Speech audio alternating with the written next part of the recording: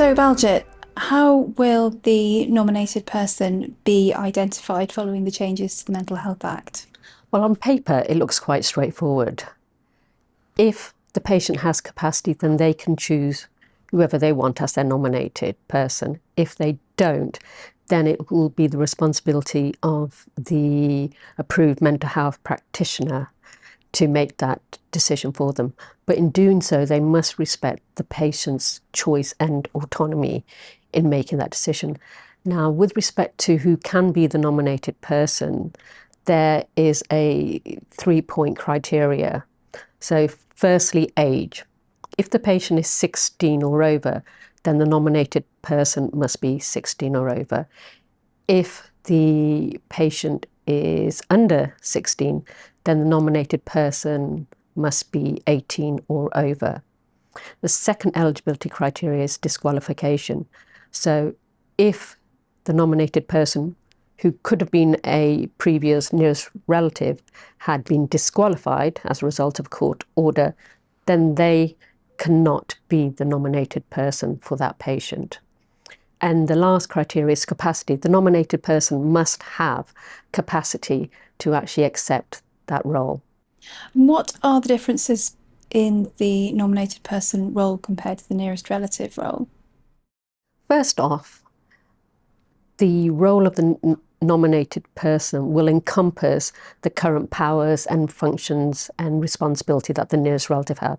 So, for example, the nominated or the nearest relative, as it is at the moment, has a right to be consulted or informed when it comes to the clinician making an application to detain the patient, whether under Section 3 or guardianship.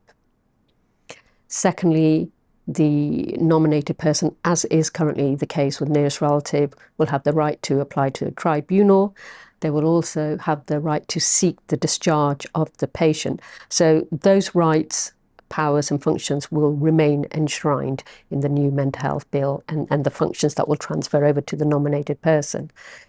Then in terms of the new changes and the new powers which the nominated person will have, they will have the right to be consulted with respect to the statutory care and support plan.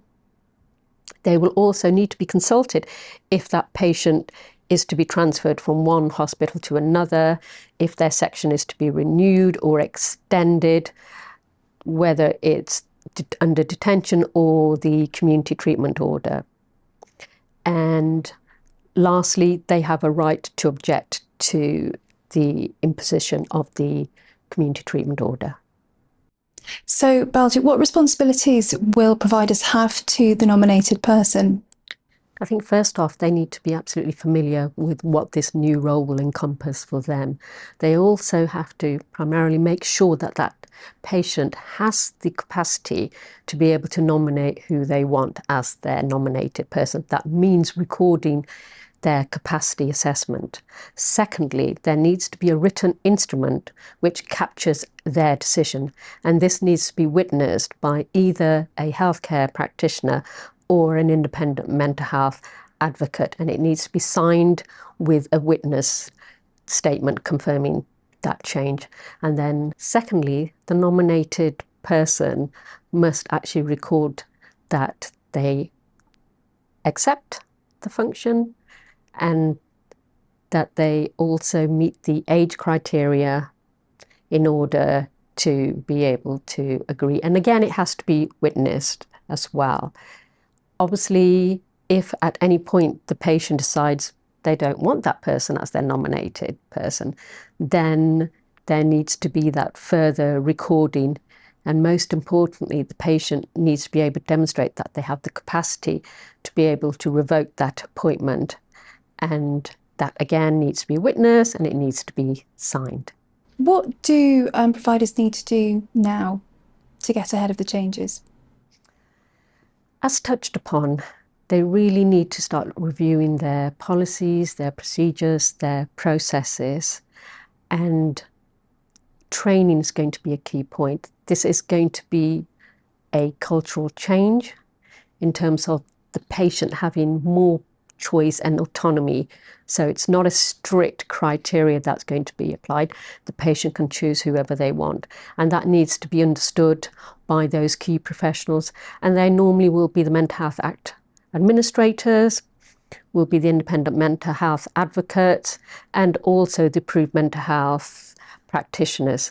So they need to be ready. There needs to be that contact and conversation going on now between the mental health trusts, ICBs, and also importantly the local authorities who employ the AMPs.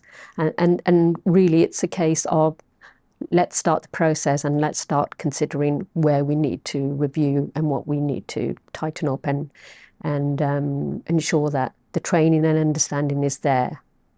I think those are the key changes. Baldy, that's fantastic and so helpful. Thank you very much. Thank you, Caroline.